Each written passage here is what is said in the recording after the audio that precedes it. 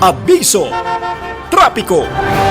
Nagpahayag ang Land Transportation Office o LTO ng plano nitong higpitan ang pagpapatupad ng speed limits sa mga expressway. Alamin ang buong detalye ng report na yan kay Don Pamulaya. Don!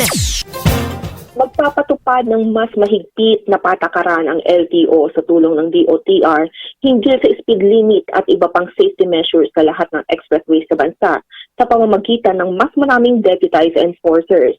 Ayon kay LTO Chief Assistant Secretary Vigor Mendoza II, mahalaga ang maximum visibility ng mga enforcer upang maiwasan ang overspeeding.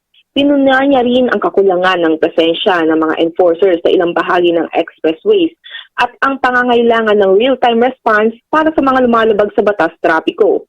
Giit niya, delikado ang kasalukuyang sistema na hinahayaan muna mag-exit ang mga overspeeding violators bago hulihin. Sa datos kasi ng PNP Highway Patrol Group, higit 31,000 na aksidente sa kalsada ang naitala noong 2024 at 13% nito ay sa expressways na karamihan ay fatal. Don Pamulaya, Newslight.